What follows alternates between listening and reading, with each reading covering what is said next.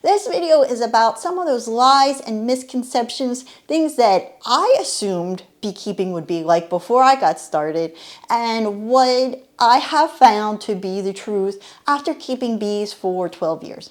The first big lie is that when you become a beekeeper, you're actually going to be keeping the bees, and that is not true. There is never a point at which you are going to feel like the boss of the beehive. The bees take care of themselves. They gather water, they gather food, they defend their hive, they make their own babies, they built the comb. You are the observer. You are their assistant. If there is ever a point when you are keeping bees that you say to yourself, how can I get my bees to fill in the blank? Stop yourself, because you're not going to get them to do anything they do not want to do already. Oh, this is a good one. This is one that has brought up much debate amongst beekeepers. The beehive. Doesn't matter if you have a top bar, Langstroth, flow hive, Layens hive, Ware. There is no style hive that will do the work of the beekeeper that will prevent your bees from collapsing or prevent your hive from getting sick.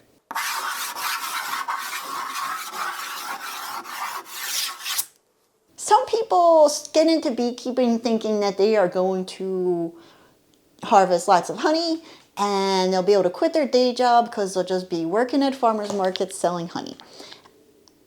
You know what? It could happen, but you need a lot of hives in order to do that. Depending on where your bees are, that's going to decide how much honey they bring in. But I will let you know that when you are preparing your hive for the cold winter, in a lot of the United States, beekeepers are leaving their bees at least 35 pounds of honey. It takes 1 to 2 million flowers to produce enough nectar to make a pound of honey. I wouldn't expect to harvest anything, or maybe just a couple jars of honey your first couple of years, and then after that you might be able to get 20 pounds of honey per beehive. Keep in mind, some beehives are going to be great and bring in lots of honey, other beehives are going to be duds and bring in little to nothing. Some people think that beekeeping is this natural hobby, and there are ways to keep bees without using chemicals. But I will warn you that the number one cause of honeybee hives to collapse worldwide is the varroa mite. And the primary way beekeepers lower the amount of varroa mites in their hive is with a treatment. Treatments are usually administered 3 times a year, and treatments can vary from organic substances like oxalic acid and formic acid to chemicals. When administering these treatments, it varies for the beekeeper, but you're usually wearing protective gloves. Sometimes you need to wear goggles, sometimes you need to wear a mask. Some people use vaporizers for the oxalic acid. Administering these treatments is necessary to lower your varroa mite levels if natural methods aren't working. Otherwise, your hive will either collapse or they will entirely take off and abscond. Now, this isn't just for commercial beekeepers or people with hundreds of hives. This is with someone with as few as 1 hive. Treating bees is the only time that I have ever gotten assistance from somebody else to help me take care of my bees. And that was when I was pregnant and I did not feel comfortable even administering the organic treatments into my hive. Has anyone ever told you that beekeeping is hard work? Backbreaking is a common adjective I've heard people refer to it as.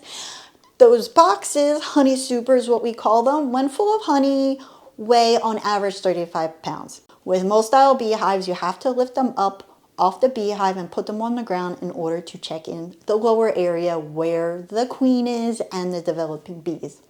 There are other styles of beehives that do not require so much lifting or any lifting, but the standard in the United States is the Langstroth style beehive, and that beehive does require lifting these boxes. And of course, the best way to see if it's too much for you is to shadow a beekeeper or take an in-person class and give it a shot.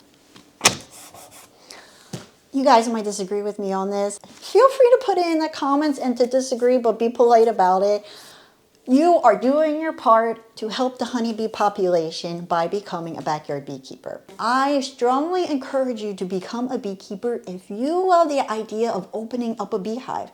If you are fascinated by bees and curious about them and just have always really wanted to be a beekeeper. However, you will hear people saying, one of the ways you can do your part and help the honeybee population is by being a beekeeper. Really, when you think about it, with any other animal, nobody is saying, you know, the population is in decline, and I know you don't know how to care for this animal, and you might not even have a lot of space and therefore enough food for them, but why don't you try putting some in your yard and see if they die or not? It is very rare to see any experienced beekeepers or entomologists recommend to people to keep bees to help the honeybee population.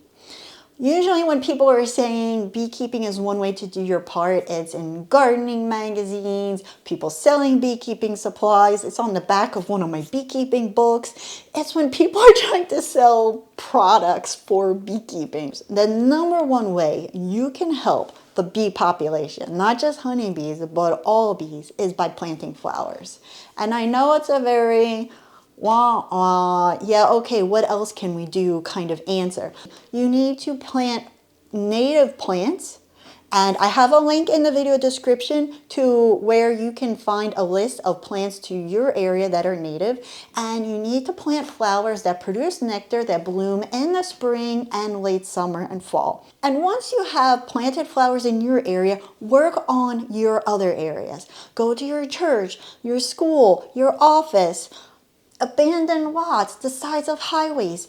I heard about people putting in little pollinator gardens in those little grassy spots in parking lots at Walmart. See, here's the thing. It's not just that pollinators need food, but that there are areas that are food deserts, such as big grassy lawns and parking lots and highways. And so when you have a beautiful garden, lot with lots of flowers, and then you have a big highway, and areas that are food deserts, and then another garden, it can be hard for pollinators to cross that food desert to get over to the next garden. So when people say, I want to get bees because I have this beautiful garden and I never see any bees, probably the problem is that there is not enough of a flower highway for your pollinators to get to your garden. You are probably surrounded by a food desert, or there aren't any bees in your area and you should go get some. I don't want to discourage you from becoming a beekeeper if you love the idea of this hobby. However, I don't want you to become a beekeeper solely because you want to help the bees. And it is mainly for this reason. Most beekeepers lose their hive their first year. Not just due to user error, but not all hives make it. And when you just start out with 1 or 2 beehives, the odds are against you that these bees have the right genetics and you did everything perfectly and that winter wasn't too harsh and everything went right. So the statistic is about 70% of beginner beekeepers lose their hives their first year. And you know what? That's okay. Because not every hive is going to make it. This is nature, and nature isn't 100%. But when you get into beekeeping because you want to help the population and your hive dies, it's really hard to keep going and to keep trying when you are not accomplishing your goal. Next up, this is a lie that I fell for, and I was a little annoyed by it, was how encouraging people were to keep bees in the city. Now, there's a lot of beekeepers that keep bees in the city. There's a pretty active Philly beekeeping association. But you know what? I had the option to keep bees at a retreat center that was about 20 minutes from my home. And I also had the option to keep bees on the roof of the parking garage connected to the apartment building I lived in. I chose to put the bees right next door to where I lived in West Philadelphia, which is very close to the downtown area of a major city, but also a very green area. There is a huge park down the street, lots of trees. You know what? My bees did okay, but they didn't do great. So you can keep bees in urban areas, but keep in mind it is not the best place for them. The best place for them are more rural areas where there are lots of flowers. You don't have to go far outside cities, but you need food for them. The more food that there is for the bees to gather, the healthier they are going to be, and the easier it is going to be for you. I read a ton of books. I took a class. I remember this one event I went to at the bee club, and I was talking to a woman that was also a beginner. She had bees at her home that was, a half hour outside the city, and she was like, "Oh, my bees are bringing in so much honey. I don't know what to do with it. The boxes are so heavy." And she's like, she just didn't seem to even know much about bees. She had never taken a class. It was just like, this is so easy. What am I going to do with all this honey? I wanted to punch her in the face because I had taken out every single book that there was in the Philadelphia library system about bees and learned so much, and my bees were just still not growing much. I had 2 hives at the time, and I was frustrated. And you know what? There's not a lot that the beekeeper can do. You can feed bees, but these supplements, this pollen, this artificial pollen you give them, the syrup, it's to help your bees, prevent them from starving and give them resources to grow. But there has to be a point at which they go off on their own to gather the food that they were meant to eat. And that's when they are going to be healthiest. Not only because they are not eating your fake food, but gathering real food, but there is a point at which bees start to rob each other. And when robbing happens, it can cause some hives to collapse, as well as these robber bees might have mites on their back. They bring them to your hive when they're stealing from your hive, and now your hive has a huge amount of mites. Mites bring viruses, and so now your hive is full of mites and viruses. So this is what happens when bees are fighting for resources. Next lie is smoke, and this isn't a lie. This is just a common misconception that here's the beekeeper smoker, and if they were to put smoke into the hive, it calms the bees down. Smoke does not act like a narcotic for the bees. It doesn't make them sleepy or happy. The primary role of smoke is to mask the pheromones in the hive. Pheromones are released by bees, and it is one way in which they communicate with each other. And one thing they could be potentially communicating when the beekeeper comes and takes the roof off of their house and starts moving things around is an alarm pheromone. And the smoke will mask that. If you are to squish a bee or get stung by a bee, scents are also released when that happens, and that can also agitate the bees. And if you put smoke in the area or smoke in the hive, it can be difficult for the bees to pick up on these scents.